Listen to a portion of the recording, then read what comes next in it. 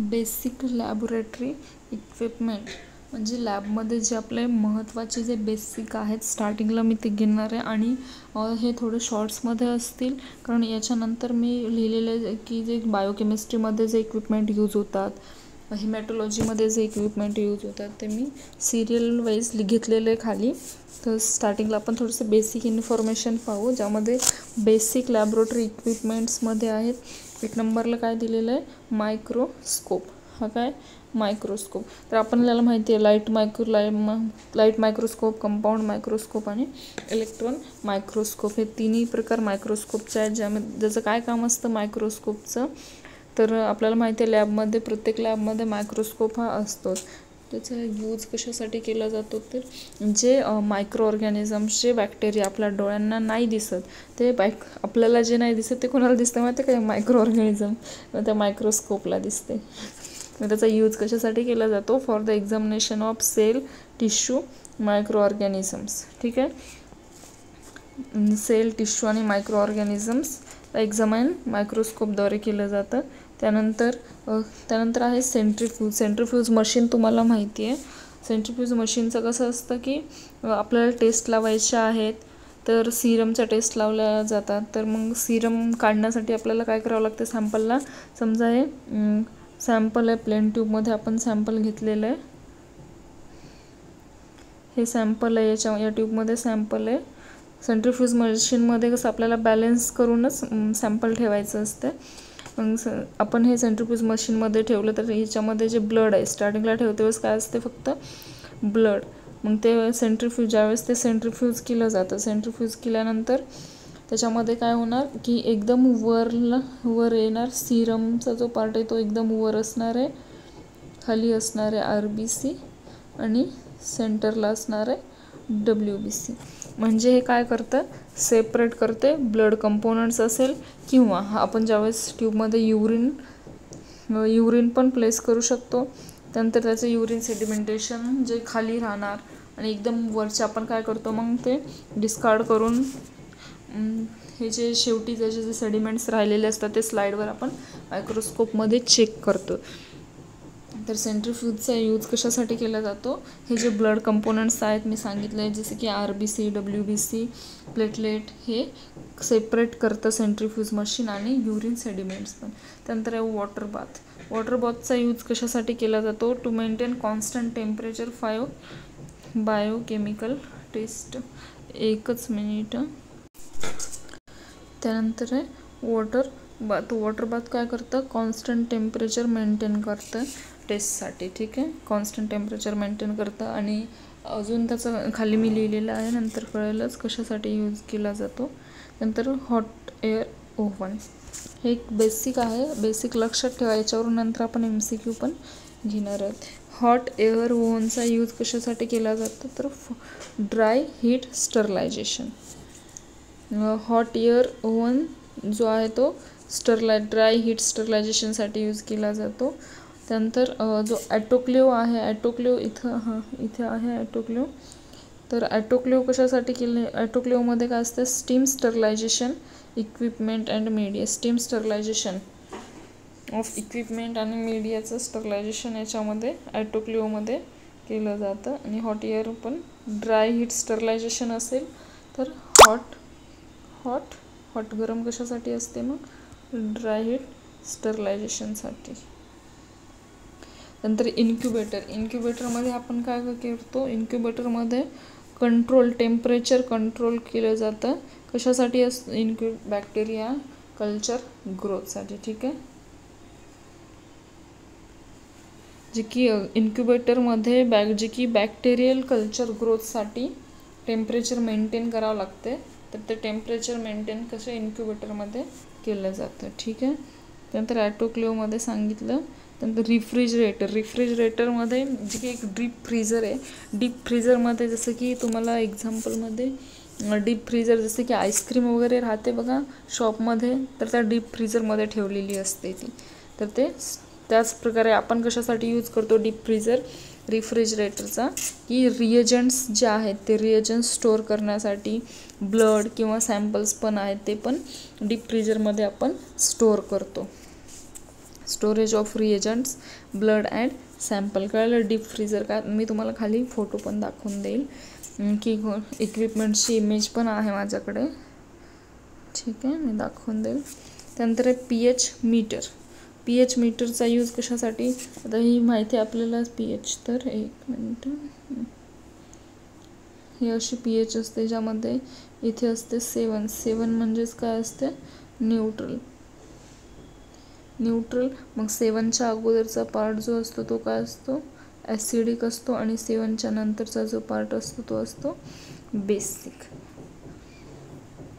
तर pH metre समजा 7च्या कमी कशाचा pH असेल, 7पेक्षा कमी pH असेल तर ते काय, ते ॲसिडिटी होईल, ॲसिड होईल. आणि जर 7पेक्षा जास्त pH असेल तर ते अल्कलाइन सोल्युशन असू शकते. तर ह्या pH मीटरचा यूज कशासाठी केला जातो, measure acidity and alkalinity of solution. त्यानंतर बॅलन्स ॲनालिटिकल डिजिटल जे आहे, तर त्याच्यामध्ये आपण ॲक्युरेट केमिकलचं जे मेजरमेंट केलं जातं किंवा याचं किती वजन आहे तर ते आपण बॅलन्स केलं जातं. Analytical digital for accurate measurement करण्यासाठी केमिकल्स. हे पहा इथे मी दिलेलं आहे ॲटोक्लेव्ह कशासाठी यूज हे बघा इथे सांगितलं होतं. Autoclave steam sterilization of equipment and media. जे की इक्विपमेंट आहेत, जे की मीडिया आहेत, कोणत्या मीडिया, कल्चर मीडिया आहे, जे इक्विपमेंट्स आहेत त्यांना स्टरलाइज करण्यासाठी, स्टीम स्टरलाइज करण्यासाठी कोणाचा यूज केला जातो, ॲटोक्लेव्हचा. तर हे पहा इथे ॲटोक्लेव्हची डायग्राम आहे. ही डायग्राम आहे ॲटोक्लेव्हची. स्टीम स्टरलायझेशन, जसं स्टीम म्हणजे काय आपल्याला माहिती आहे, आपल्या घरचे जे कुकर आहे तसंच कुकर दिसत आहे ना, तर कुकरमध्ये कशी वर स्टीम हवा जायला जे आपल्या इथे शिट्टी असते त्याला सेफ्टी वॉल्व असं म्हटलं जातं इथं. आणि जी स्टीम रिलीज केली जाते, तर हे पहा इथून स्टीम ही काय केली जाते, रिलीज केली जाते. त्यानंतर हे ॲटोक्लेव्हची बॉडी इथे हँडल केलं जातं. त्यानंतर ही जी आहे सेफ्टी वॉल्व आहे. ठीक आहे. त्यानंतर pressure regulating device, pressure Gogh. आणि एकदम ॲटोक्लेव्हच्या एकदम सेंटरला काय असते, हे पहा ॲटोक्लेव्हच्या एकदम सेंटरला असते प्रेशर गॉग. म्हणजे त्याच्यावर आपल्याला किती प्रेशर आहे, किती होत आहे हे सगळं दिसतं. तर किती प्रेशर असते तेही मी सांगणारच आहे. ॲटोक्लेव्हची प्रेशर गॉग कुठे असते, सेंटरला. ही पण गोष्ट लक्षात ठेवा. हे बघा, हे आहे वॉटर बाथ. त्यानंतर ही डायग्राम आहे वॉटर बाथ. याच्यामध्ये काय सांगितलं, हे काय करतं, टेम्परेचर मेंटेन करतं रिएजंटसाठी. आणि हे वॉटरला हीट पण करण्यासाठी, वॉटर बाथचा maintain constant temperature for biochemical test, आणि वॉटर हीट करण्यासाठी सुद्धा यूज केलं जातं. अजून काय पाहिलं आपण, तर ॲटोक्लेव्ह पाहिलं. ॲटोक्लेव्हमध्ये काय सांगितलं, ॲटोक्लेव्हमध्ये स्टीम स्टरलायझेशन कशासाठी, इक्विपमेंट्स आणि मीडियासाठी. ही डायग्राम आहे. त्यानंतर पहा अजून एक डायग्राम आहे, नंतर पाहू. त्यानंतर पहा आता ग्लासवेअर्स, कोणते ग्लासवेअर्स जे की लॅबमध्ये यूज केले जातात. ग्लासवेअर अँड प्लास्टिकवेअर. तर कोणते म्हणजे ते प्लास्टिकचे पण असतात आणि ग्लासेसचे पण असतात. जसे की टेस्ट ट्यूब्स आहेत. आता डिफरंट टाईपच्या टेस्ट ट्यूब्स आहेत, तुम्हाला माहितीच असेल. ग्लास टेस्ट ट्यूब आहेत. त्यानंतर इथं प्लास्टिकवेअर म्हणजेच प्लास्टिकच्या पण टेस्ट ट्यूब आहेत. त्यानंतर सेंट्रीफ्यूज करण्याच्या पण ट्यूब्स आहेत, कल्चरच्या ट्यूब्स आहेत, PCR ट्यूब आहेत. त्यानंतर ब्लड कलेक्शनच्या सुद्धा ट्यूब्स आहेत. क्रायोजेनिक वायल्ससुद्धा आहेत. मायक्रोसेंट्रीफ्यूज ट्यूब पण आहेत. हे खूप सारे अशा टेस्ट ट्यूब्स आहेत. याचे कॉमन मी सांगितलेले कॉमन टाईप्स आहेत. टेस्ट ट्यूबचा यूज कशासाठी असतो, इथे काय टेस्ट ट्यूब. तर टेस्ट ट्यूब जे आहे ते स्पेसिमन कलेक्शन करण्यासाठी ट्यूबमध्ये. ठीक आहे. स्पेसिमन कलेक्शन ट्यूब, टेस्ट ट्यूबलाच काय म्हणतात, स्पेसिमन कलेक्शन ट्यूब. ठीक आहे. त्यानंतर इथे दिले बिकर्स. बिकर्सचा यूज कशासाठी केला जातो, तर तो mixing and heating of liquid. इथे तर दिलेलं आहे, मी असंच थोडे एक्सप्लेन करून सांगत असल्यासारखं सांगत आहे. जे की मेडियल लॅब बिकर्सचा यूज केला जातो होल्डिंग, मिक्सिंग आणि हीटिंग लिक्विडसाठी. आपल्या मेडिकल लॅबमध्ये बिकरचा यूज हा होल्डिंग, मिक्सिंग आणि हीटिंग लिक्विडला हीट करण्यासाठी यूज केला जातो. त्याचे पण वेगवेगळे टाईप्स आहेत, जसे की ग्लास बिकर आहे. ग्लास बिकर जो आहे तो कशाने बनलेला आहे, तर तो बोरोसिलिकेट ग्लासने बनलेला आहे. ग्रिफ्टिन बिकर आहेत, त्यानंतर बेर्झेलियन बिकर्स आहेत आणि प्लास्टिक बिकर्स पण आहे, ज्याच्यामध्ये प्लास्टिकमध्ये पी नावावरून लक्षात ठेवा तुम्ही. पॉलीप्रोफेलिन आणि पॉलीइथिलीन बिकर्स आणि इर्लियनमेयर फ्लास्क हे जे आहेत. हा पुढला होईल फ्लास्कचा. हे झाले प्लास्टिकचे बिकर्स. फ्लास्कचं नाही सुरू आहे ना आपला आता सध्या, बिकर्सच सुरू आहे. तर बिकर्समध्ये सांगितलं पॉलीप्रोफिलिन, त्यालाच काय म्हटलं जातं, पॉलीइथिलीनसुद्धा असं म्हटलं जातं. त्यानंतर त्याच्यामध्ये लो डेन्सिटी पॉलीइथिलीनसुद्धा यूज केला जातो. हे प्लास्टिक बिकर्स आहेत. Test tube beakers. आणि आता हे फ्लास्कचं पाहू. त्यामध्ये फ्लास्क कोणते आहेत, हे बघा. हे फ्लास्कमध्ये कोनिकल फ्लास्क आहेत, ज्याचं माउथ जे असतं कोनिकल फ्लास्कचं नॅरो माउथ असतं आणि वाईड माउथचा एक असतो. हे 3 ग्लासवेअर्स आपण पाहिले. टेस्ट ट्यूब्समध्ये मी कोणते कोणते ट्यूब्स सांगितले मी शॉर्टमध्ये इथे लिहून देते. बघा, पहिल्यांदा टेस्ट ट्यूबमध्ये सांगितले जे की ग्लास टेस्ट ट्यूब्स असतात.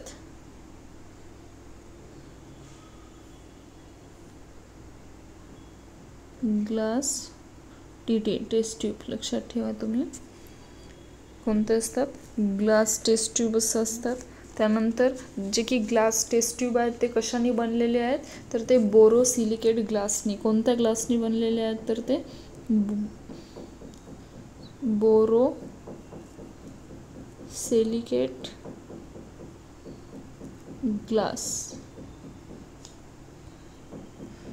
बोरोसिलिकेट ग्लासनी बनलेले आहेत. ग्लास टेस्ट ट्यूब कशासाठी यूज केले जातात, resistance to heat and chemicals.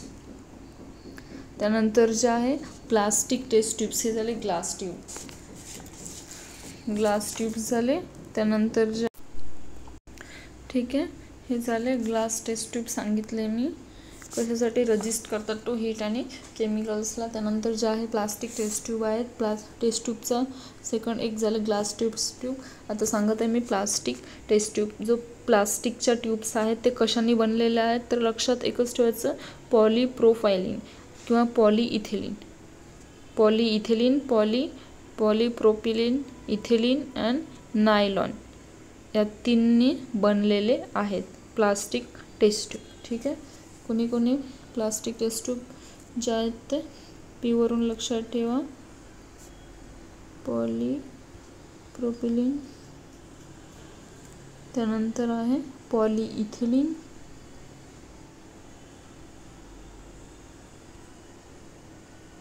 Nylon यांनी प्लास्टिक टेस्ट ट्यूब जे आहेत ते बनलेले आहेत.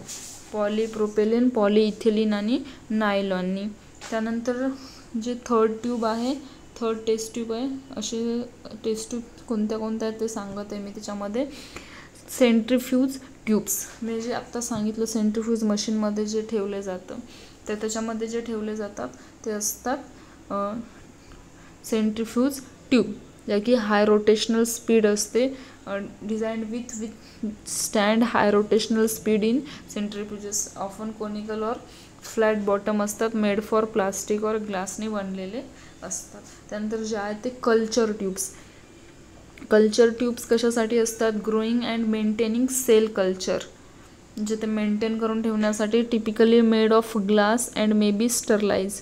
आणि हे टिपिकली कशाने बनलेले असतात कल्चर ट्यूब, ह्या ग्लास आणि कशा असतात, मे बी स्टरलाइज असतात ते.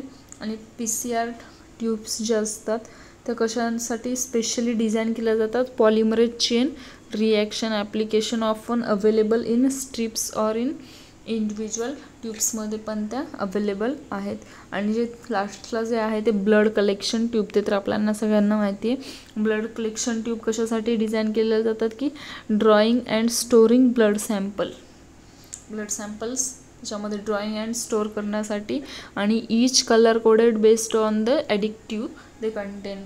आणि प्रत्येक जे वेगवेगळे कलर कोडेड ज्या आहेत ट्यूब्स कशावर बेस्ड आहेत, त्याच्या ॲडिक्टिव्हवर, त्याच्यामध्ये EDTA, हिपॅरिन याच्यावर ते बेस्ड आहेत. ठीक आहे, बेस्ड आहेत. नंतर हे झालं टेस्ट ट्यूब्स.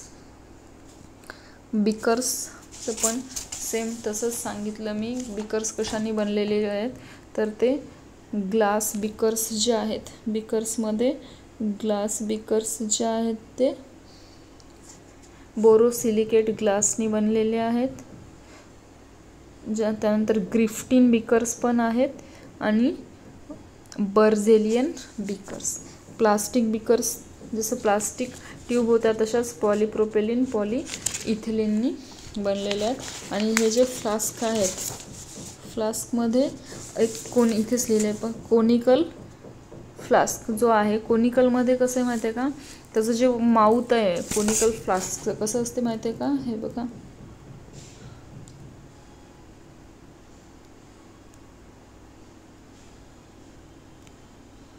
अशा टाईपमध्ये असतं. तर तेवढं व्यवस्थित तर नाही येणार आपल्याला. कोनिकल फ्लास्क, त्याचं माउथ जे आहे इथे हे कसं असतं, नॅरो माउथ असतं. आणि conical flask with wide mouth, हे 2 टाईप्समध्ये कोनिकल फ्लास्क 2 टाईपमध्ये असतात. एक नॅरो माउथचे असतात आणि एक वाईड माउथचे असतात. आणि जो इथे दिलेला आहे दुसरा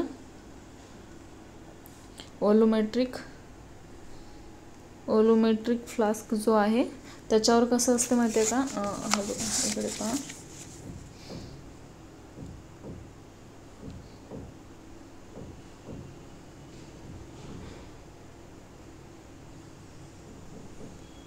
अशा टाईपमध्ये असते. आणि याच्यावर ही अशी रेंज टाकलेली असते, जसं की इथं 15, त्यानंतर 100, 115. ठीक आहे. व्हॉल्यूमेट्रिक फ्लास्क जो आहे तो इसेन्शियल कशासाठी आहे तर ॲक्युरेट कॉन्सन्ट्रेशन जे आहे त्याच्यासाठी. कारण याच्यावर मेजरमेंट आहे, त्यामुळे ॲक्युरेट जे कॉन्सन्ट्रेशन आहे तर ते आपल्या लॅबमध्ये जे यूज होतं त्याच्यासाठी हे व्हॉल्यूमेट्रिक फ्लास्क हा कसा आहे, यूजफुल आहे, इसेन्शियल आहे. हे आता पहा, जे की टेस्ट ट्यूब्स आहेत, आपल्याला माहिती आहे ब्लड कलेक्शनसाठी ट्यूब्सचा यूज केला जातो. जे की बिकर्स आहेत त्याचा यूज कशासाठी केला जातो तर holding, mixing and heating liquids. इथे काय दिलं आहे, मिक्सिंग दिलं आहे आणि हीटिंग पण दिलेलं आहे. हे पहा, कलेक्शनसाठी टेस्ट ट्यूबचा यूज केला जातो. बिकर्सचा यूज हा जे की मिक्स करण्यासाठी, हीट करण्यासाठी and storing sample, holding, mixing and heating लिक्विड्ससाठी या बिकर्सचा यूज केला जातो. त्यानंतर कोनिकल आणि व्हॉल्यूमेट्रिकचा यूज पण मिक्सिंग सोल्युशनसाठी केला जातो. त्यानंतर आहे पिपेट. द शॉर्ट्समध्ये पटपट पाहूया आपण. पिपेट जे आहे तो micro pipette, graduated and Pasteur for accurate liquid transfer. ज्यावेळेस आपण पिपेटिंग करतो तर आपल्याला समजा 10 मायक्रो ब्लड घ्यायचं असेल तर त्या ॲक्युरेट पिपेटमध्ये आपण घेऊ शकतो. मग कशासाठी आपण पिपेटचा यूज करतो त्यासाठी, तर हे कशासाठी यूज केलं जातं, ॲक्युरेट लिक्विड ट्रान्सफर करण्यासाठी. आता आपल्याला सिरम जे आहे हे सिरम 10 मायक्रो घ्यायचं आहे, तर आपण हे 10 मायक्रो घेऊन जिथे आपल्याला ट्रान्सफर करायचं तिथे आपण ॲक्युरेट करू शकतो. त्याच्यासाठी या पिपेटिंगचा यूज केला जातो. त्यानंतर पेट्री डिशेसचा यूज कशासाठी केला जातो, फॉर कल्चरिंग मायक्रो ऑर्गॅनिझम्स. कल्चरसाठी पेट्री डिशेस यूज केल्या जातात मायक्रोबायोलॉजीमध्ये. ठीक आहे. त्यानंतर स्लाइड्स अँड कव्हर स्लिप्स. तर आपल्याला सांगितले जे की युरिन सेडिमेंटेशन जे होतं आपण सेंट्रिफ्यूज केल्यानंतर, तर ते असे एक स्लाईड असते, तर स्लाईडवर टाकले जातात आणि त्याच्यावर हे कव्हर स्लिप एक ठेवली जाते. हे काय आहे, ही कव्हर स्लिप. ठीक आहे. आणि ही स्लाईड. तर स्लाईड आणि कव्हर स्लिप कशासाठी यूज केले जातात आणि हे काय केलं जातं, याचा यूज मायक्रोस्कोपमध्ये याचं एक्झामाइन केलं जातं. तर हे जे स्लाईड आणि हे जे कव्हर स्लिप्स आहेत हा फॉर मायक्रोस्कोपिक एक्झामिनेशनसाठी यूज केलं जातं. त्यानंतर कुवेट्स जे आहेत ते कशासाठी यूज केले जातात, कलरीमीटर आणि स्पेक्ट्रोफोटोमीटरसाठी यूज केले जातात. त्याची इमेज दाखवणार आहे मी पुढे, तुम्हाला लक्षात नसेल कुवेट्स कशाला म्हणतात, फक्त लक्षात ठेवा कलरीमीटर आणि स्पेक्ट्रोफोटोमीटर. एक्झाममध्ये जर आलं तर सी वरून लक्षात ठेवायचं, कुवेट्स सी वरून, कलरीमीटर सी सारखंच येस वरून, स्पेक्ट्रोफोटोमीटरसाठी. त्यानंतर डायग्नोस्टिक इन्स्ट्रुमेंट कोणते कोणते आहेत, तर त्याच्यामध्ये स्पेक्ट्रोफोटोमीटर आणि कलरीमीटर जे काय करतात, जे की ॲब्झॉर्बन्स लाईट जी आहे बायोकेमिकल टेस्ट करते वेळेस, तर त्याच्यासाठी स्पेक्ट्रोफोटोमीटर आणि कलरीमीटर मेजर करतात, जी की लाईट आहे इन बायोकेमिकल टेस्टमध्ये, ॲब्झॉर्बन्स लाईट इन बायोकेमिकल टेस्टमध्ये मेजर करण्याचं काम स्पेक्ट्रोफोटोमीटर किंवा कलरीमीटर आहे. त्यांचं आहे हिमॅटोलॉजी ॲनालायझर जे आहे, ज्यामध्ये आपण काय करतो, CBC टेस्ट करतो. ठीक आहे, डायरेक्ट EDTA ट्यूब जे आहे ते रन करून देतो. हिमॅटोलॉजी ॲनालायझरमध्ये कसं असते ते मी दाखवणारच आहे तुम्हाला आता.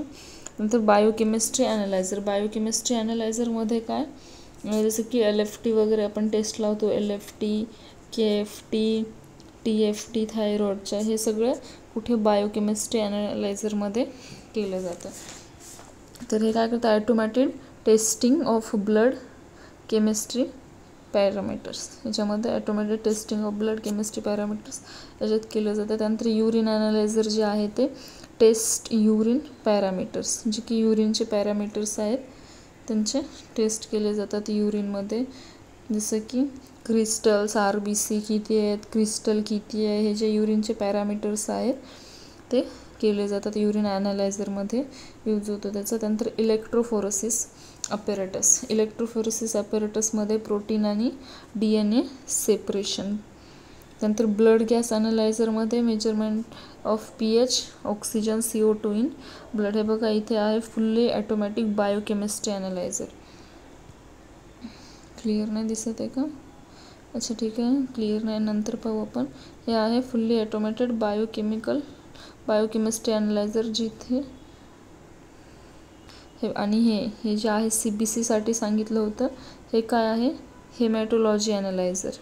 हेमॅटोलॉजी ॲनालायझरमधून हे पहा इथून जे आहे ते EDTA ट्यूब जी आहे ती रन केली जाते, याला हेमॅटोलॉजी ॲनालायझर म्हणतात.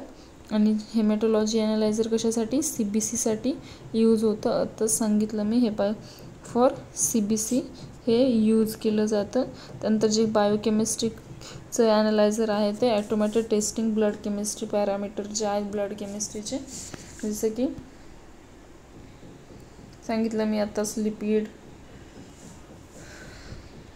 LFT, KFT हे जे आहे बायोकेमिस्ट्रीचे पॅरामीटर, त्याच्यासाठी फुल्ली ॲटोमॅटेड बायोकेमिस्ट्री ॲनालायझर यूज केलं जातं. कोॲग्युलेशन ॲनालायझर आहे, इलेक्ट्रोलाइट ॲनालायझर. इलेक्ट्रोलाइट पण आपण रीड केलं होतं का आत्ताच, नसेल केलं तर पुढे येऊन जाते. ठीक आहे, 16 ट्यूब सेंट्रिफ्यूज, हे पहा इथे आहे सेंट्रिफ्यूज मशीन, पण ही 16 ट्यूबची आहे, 4 ट्यूब्सची पण असते. आणि हा आपला मायक्रोस्कोप. त्यानंतर काही इक्विपमेंट्स आहेत जे की आपल्याला लक्षात ठेवायचे आहेत एक्झामसाठी, ज्यामध्ये स्टॉपवॉच आपल्याला माहिती आहे, याच्यामध्ये आपण टाईम पाहू शकतो, स्टॉपवॉचमध्ये टाईम अरेंज करू शकतो. त्यानंतर फायर एक्सटिंग्युशर जे आहे, हे बघ फायर एक्सटिंग्युशरला चाबीसारखं इथे असते, ते आपल्याला काढावं लागते आणि त्यानंतर जिथे आग लागलेली आहे तिथे आपण ते स्प्रे करू शकतो. फायर एक्सटिंग्युशर हा जो आहे तो टेस्ट ट्यूब ज्यामध्ये आपण ट्यूब्स या ठेवू शकतो. वॉच ग्लास पाहण्यासाठी. बन्सेन बर्नर जे आहे कशासाठी यूज केलं जातं माहिती असेल तुम्हाला, बर्नर हे स्पेशली ना TB वॉर्डमध्ये पण खूप जास्त यूज केलं जातं. TB वॉर्डमध्ये ज्यावेळेस प्रिपरेशन चालू असतं ट्रूनाईट लावण्यासाठी जे प्रिपरेशन करतात अगोदर त्यावेळेस बन्सेन बर्नर साईडला लावूनच ते प्रिपरेशन केलं जातं. नंतर बायुरेट मॅग्निफायर मायक्रोस्कोप स्लाइड्स आत्ताच सांगितल्या, ह्या लॅब ॲपपर्यंत तुम्हाला माहितीच आहे.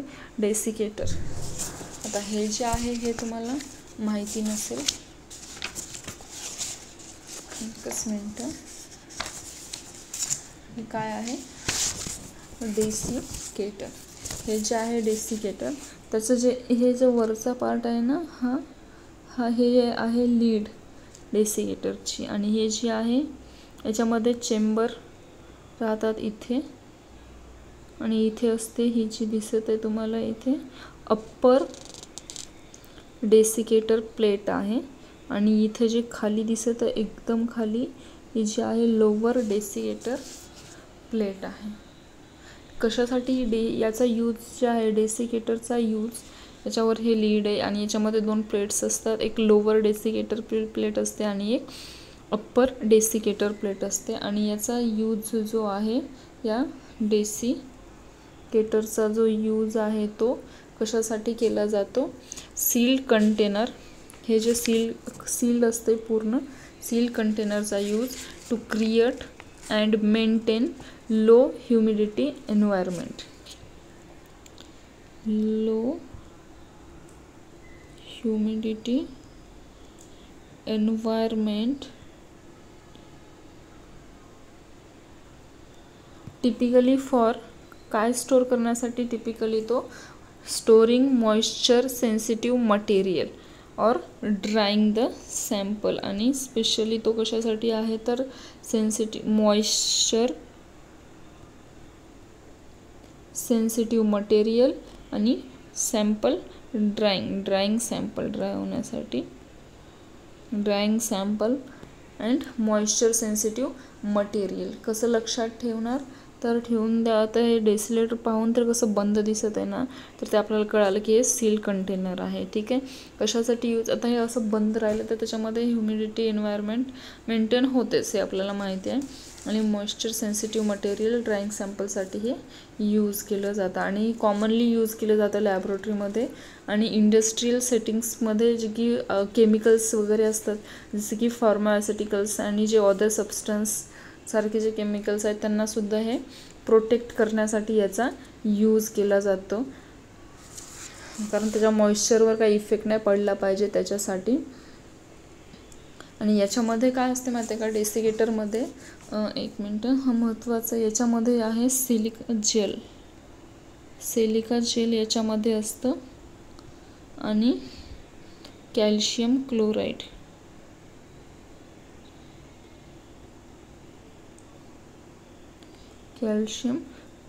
ओके. या डेसिकेटरमध्ये काय आहे? सिलिका जेल आणि कॅल्शियम क्लोराईड याच्यामध्ये असते. ठीक आहे, हे एक महत्त्वाचं आहे. नंतर ग्लोव्ज तर आपल्याला माहितीच आहेत. हे वेटिंग स्केल, त्यानंतर हे मॉर्टर अँड पेस्टल मी सांगेल याचा यूज. त्यानंतर फॉरसेप, pH मीटर आपण पाहिलं ॲसिड बेससाठी. हे बघा, हे graduated cylinder, thermometer, centrifuge machine, test tube, syringes, incubator पण सांगितलं. कशासाठी इन्क्युबेटर? टेम्परेचर मेंटेन करण्यासाठी. ॲटोक्लेव, हे व्हॉलोमेट्री फ्लास्क, स्पॅच्युला बघा याच्यावर आहे नंबरिंग 15, 100 मेजरमेंट आहे. हे आहे कोनिकल फ्लास्क, त्यालाच इर्लिन मेयर्स फ्लास्क असं म्हणतात. Dropper, calliper, steering rod, litmus paper. त्यानंतर हे मॅग्नेटिकल स्ट्राइप मेजरमेंट करण्यासाठी असतो. फनेल, वॉश बॉटल, क्रुसिबल आणि बिकर्स.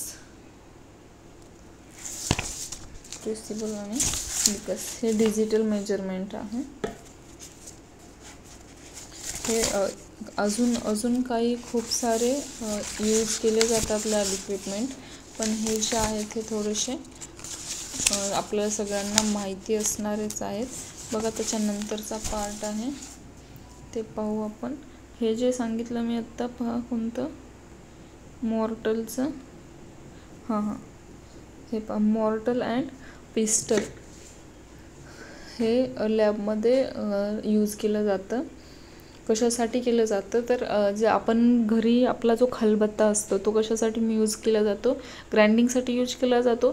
तर सेम तेच मॉर्टर अँड पेस्टल दिसत पण तसंच आहे, यूज पण त्याचा कशासाठी आहे, grinding, crushing and mixing solid substance. ठीक आहे, म्हणजे आपण समजा इथे पॅज आहे, इथे असे वेगवेगळे मटेरियल आपण याच्यामध्ये काय करतो, वाटून मिक्स करतो. तर तेच काम हे त्यालाच काय म्हणतात, मॉर्टर अँड पेस्टल, ज्यामध्ये हे टूल कशासाठी यूज केला जातो, ग्राइंडिंग करण्यासाठी, crushing and mixing solid substance.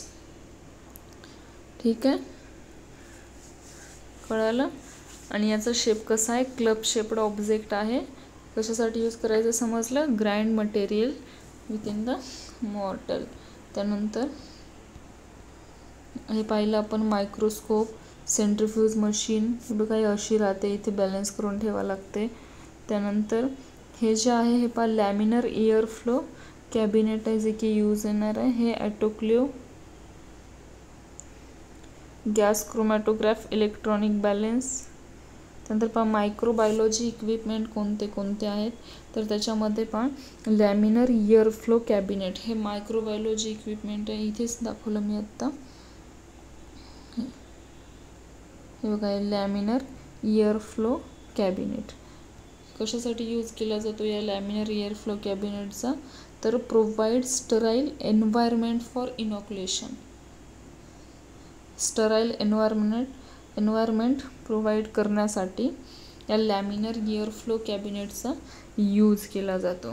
कुणासाठी हे प्रोव्हाइड केलं जातं, inoculation, provide sterile environment for inoculation. त्यानंतर BOD इन्क्युबेटर, इन्क्युबेटर कशासाठी सांगितलं वर, मेंटेन करण्यासाठी टेम्परेचर, कल्चरसाठी. त्यानंतर कॉलनी काउंटर जे आहे ते काय करतात, काउंट करतात, जे की कॉलनीज आहेत. कुणाच्या कॉलनीज आहेत, बॅक्टेरियाच्या, जे की प्लेट राहते, पेट्री डिशेस जे राहतात त्यात. त्यानंतर ॲनाबॅरिक जार, अनॅरोबिक जार जो आहे तो कशासाठी यूज केला जातो, फॉर कल्चरिंग अनॅरोबिक बॅक्टेरिया. अनॅरोबिक जार जो आहे तो अनॅरोबिक बॅक्टेरियासाठीच यूज केला जातो. त्यानंतर सेफ्टी मिसेलिनियस इक्विपमेंट आहे, जसं की आपल्या सेफ्टीसाठी कोणते इक्विपमेंट यूज करतात ते सगळ्याला माहिती आहे, PPE kit, personal protective equipment, ज्याच्यामध्ये ग्लोव्ज आहे, मास्क, गॉगल्स, लॅब कोट्स आहेत. त्यानंतर आहे फ्यूम हुड, जे की काय प्रोटेक्ट करतात, जे की टॉक्झिक फ्यूम्स आहेत, टॉक्झिक फ्यूम्सपासून आपल्याला प्रोटेक्ट कोण करतं, फ्यूम हुड. त्यानंतर शार्प डिस्पोजल आणि बायोहॅझर्ड्स बिन कशासाठी यूज केले जातात, तर ते आपले जे बायोमेडिकल वेस्ट मॅनेजमेंटसाठी हे यूज केलं जातं. फायर एक्सटिंग्युशर कशासाठी यूज केलं जातं, तर आपल्या लॅबच्या सेफ्टीसाठी, कुठे आग लागली तर ते पटकन ते आपल्या लॅबच्या सेफ्टीसाठी हे फायर एक्सटिंग्युशर यूज केलं जातं. नंतर जे हिमॅटोलॉजिक स्पेसिफिक इक्विपमेंट्स आहेत पहा, ज्यामध्ये हिमॅटोलॉजीमध्ये जे हेमोसायटोमीटर आहे त्यालाच न्यूबार चेंबर्स असं म्हणतात. तर त्याचा यूज कशासाठी केला जातो, आपल्याला माहिती आहे हेमॅटोलॉजीमध्ये हेमॅटोमीटर जे आहे, हेमोसायटोमीटर हे सेल काउंटिंगसाठी यूज केलं जातं. त्यानंतर ESR जो स्टँड आहे, ज्यामध्ये वेंट्रोप ट्यूब आहे, तर ते कशासाठी यूज केली जाते, तर ESR रेट मेजरमेंट करण्यासाठी. ESR म्हणजेच एरिथ्रोसाइट सेडिमेंटेशन रेट मेजर करण्यासाठी ESR स्टँड, वेंट्रोप ट्यूब त्याच्यामध्ये यूज केली जाते. नंतर कोयाग्लोमीटर जे आहे फॉर कोयाग्युलेशन, PT आणि APTT, प्रोथ्रोम्बिन अस्पिशियल पार्शियल थ्रोम्बोप्लास्ट. तर हे जे आहे टाइम्स कोयाग्लोमीटरचा यूज केला जातो फॉर कोयाग्युलेशन ऑफ PT आणि APTT. नंतर मायक्रो हिमॅटोक्रिट सेंट्रीफ्यूज कशासाठी, पॅक्ड सेल व्हॉल्यूम, फक्त पॅक्ड सेल व्हॉल्यूमसाठी मायक्रोक्रिट सेंट्रीफ्यूज यूज केली जाते. त्यानंतर ब्लड कलेक्शन डिव्हायसेस जे आहेत, तर कोणते कोणते ब्लड कलेक्शन कोणाद्वारे आपण केलं जातं, सिरिंजद्वारे केलं जातं, व्हॅक्युट्युनर्सद्वारे आणि लॅन्सेटद्वारे सुद्धा आपण ब्लड हे कलेक्ट करू शकतो. त्यानंतर हिस्टोपॅथॉलॉजीमध्ये कोणते कोणते येतात, तर टिश्यू प्रोसेसर. हिस्टोपॅथॉलॉजीमध्ये टिश्यू प्रोसेसर जे आहे ते प्रिपेअर्स टिश्यू सॅम्पल फॉर एम्बडिंगसाठी टिश्यू सॅम्पल जे की असे छोटे छोटे करून भेटतात. हे टिश्यू प्रोसेसर जे आहे ते एम्बेडिंगसाठी केलं जातं मायक्रोटोमचा. आता जे टिश्यू आहेत छोटे छोटे कट केले जातात असे, तर त्याचा यूज ते कोण करतं तर हे मायक्रोटोम करत असतं. काय करतं, कट द सेक्शन ऑफ टिश्यूचे सेक्शन कट करतो फॉर मायक्रोस्कोपिक स्टडीसाठी. त्यानंतर क्रायोस्टॅट. आता पहा, हे लक्षात ठेवा की हे हिस्टोपॅथॉलॉजीमध्ये यूज होणारे इक्विपमेंट आहेत, जे की टिश्यू प्रोसेसर सांगितलं, मायक्रोटोम आणि क्रायोस्टेट. क्रायोस्टेट काय करतं, कट करतं फ्रोझन सेक्शन्सला, frozen section tissue sections. Embedding station जे आहे ते paraffin embedding of tissue and staining rack जो आहे तो ॲटोस्टेनर, कशासाठी, फॉर स्टेनिंग टिश्यू सेक्शन, स्टेन करण्यासाठी. त्यानंतर क्लिनिकल बायोकेमिस्ट्री इक्विपमेंट आहेत. त्यानंतर हे पहा, सिरोलॉजीमध्ये वॉटर बाथ यूज केला जातो अँटीजन अँटीबॉडी रिॲक्शनसाठी. ॲग्लुटिनेशन व्ह्यूवर, रॅपिड टेस्ट किट कशासाठी, सिरोलॉजिकल टेस्टसाठी यूज केले जातात. त्यानंतर PCR मशीन कशासाठी यूज केली जाते तर DNA ॲम्प्लिफिकेशन करण्यासाठी. RT-PCR molecular diagnostic, COVID-19 genetic disorder. Flow cytometry कशासाठी यूज केली जाते, सेलचे सॉर्टिंग अँड इम्युनोफिनॉयटिंग. त्यानंतर ॲटोमॅटेड कल्चर सिस्टीम जी आहे ती rapid microbial growth detection, quality control आणि कॅलिब्रेशन इक्विपमेंट्स पण, ज्यामध्ये कॅलिब्रेशन वेट्सचा यूज केला जातो बॅलन्स ॲक्युरेसी चेक करण्यासाठी. त्यानंतर सेफ्टी वेस्ट मॅनेजमेंट, ज्यामध्ये सेफ्टी वेस्ट मॅनेजमेंटमध्ये ॲटोक्लेव्हचा यूज केला जातो. स्टरलायझेशनसाठी spill kit for chemical spills झालं तर निडल डिस्ट्रॉय केलं जातं. त्यानंतर बायोहझार्ड्स, ॲटोक्लेव्ह बॅग्स ज्या आहेत इन्फेक्शियस वेस्टसाठी यूज केले जातात. आता जे आहे प्रिन्सिपल्स ऑफ इम्पॉर्टंट इक्विपमेंट, जे की एक्झाम त्याच्यावर आपल्याला जास्त फोकस द्यायचा आहे. तर हे पहा, थोडंसं एक्सप्लेन करून सांगितलेलं आहे की uses lenses to magnify small object using light electron beam. कशासाठी यूज केला जातो हे तर सांगितलेलेच आहे. कीप लेन्सेस क्लीन, काय मेंटेन करायचं आहे आपल्याला ते खराब होऊ नये याच्यासाठी. ॲटोक्लेव्ह जे आहे त्याचं मॉइस्ट हीट अंडर प्रेशर किती पाहिजे, 120-115 IBS प्रेशर पाहिजे. ते पण फक्त 15 मिनिटसाठी, जो किल करतो all microorganisms including spores. कशासाठी यूज केला जातो, sterilization of culture media, instrument waste. नंतर सेंट्रीफ्यूज मशीन, ज्यामध्ये सेपरेट केलं जातं ब्लड आणि urine, separation of components by centrifugal force. त्यानंतर याच्यामध्ये आपल्याला बॅलन्स ट्यूब याच्यामध्ये ठेवावं लागतात, कारण ओव्हरलोड याच्यामध्ये झाला तर खूप काही होऊ शकते, डेंजर आहे तो. त्यानंतर स्पेक्ट्रोफोटोमीटर जे आहे ते, जे की ॲब्झॉर्बंट स्पेसिफिक वेवलेंथ आहे, लाईट जी पासिंग होते सोल्युशनमध्ये, जसं की बियर्स आणि लॅम्बर्स लॉनुसार, ते त्याच्यासाठी हे स्पेक्ट्रोफोटोमीटर यूज केलं जातं. जसं की बायोकेमिकल टेस्टसाठी ग्लुकोजच्या असतील, युरियाच्या असतील, क्रिएटिनाइनच्या असतील. तर या जे बायोकेमिकल टेस्ट आहेत त्याच्यासाठी स्पेक्ट्रोफोटोमीटरचा यूज केला जातो. Maintain keep wet clean and calibrate regularly. त्यानंतर लॅमिनर एअर फ्लोचा use, continuous flow HEPA filter to provide sterile working.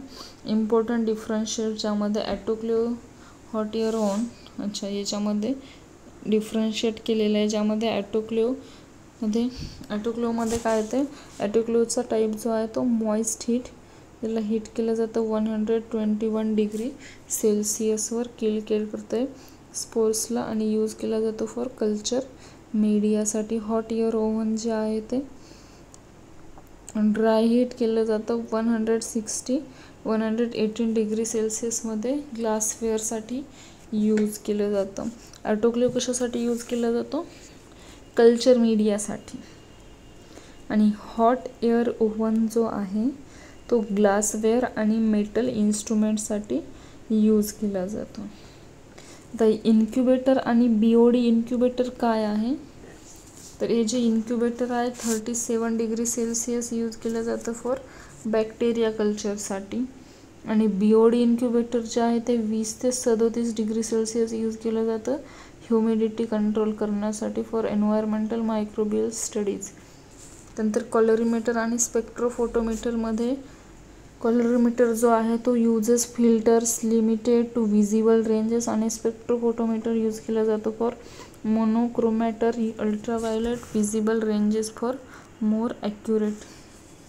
आणि हे तर सांगितलं safety precaution, PPE kit use करणे, electrical safety before using equipment, disinfectant work surface before and after use, disinfect करायचा तो surface, dispose water waste as per biochemical waste management rules.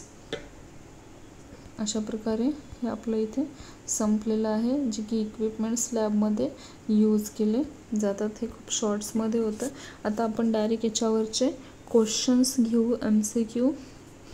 जर तुम्ही हे व्यवस्थित रीड केलं असेल, बघितलं असेल, तर आपण याच्यावरचे MCQ क्वेश्चन्स जे आहेत ते सॉल्व करू आणि आपण याच्यावर टोटल 100 MCQचा घेऊया, ज्यामध्ये लॅबमध्ये कोणते कोणते इक्विपमेंट यूज होतात ते आपण त्या MCQमध्ये अभ्यासू.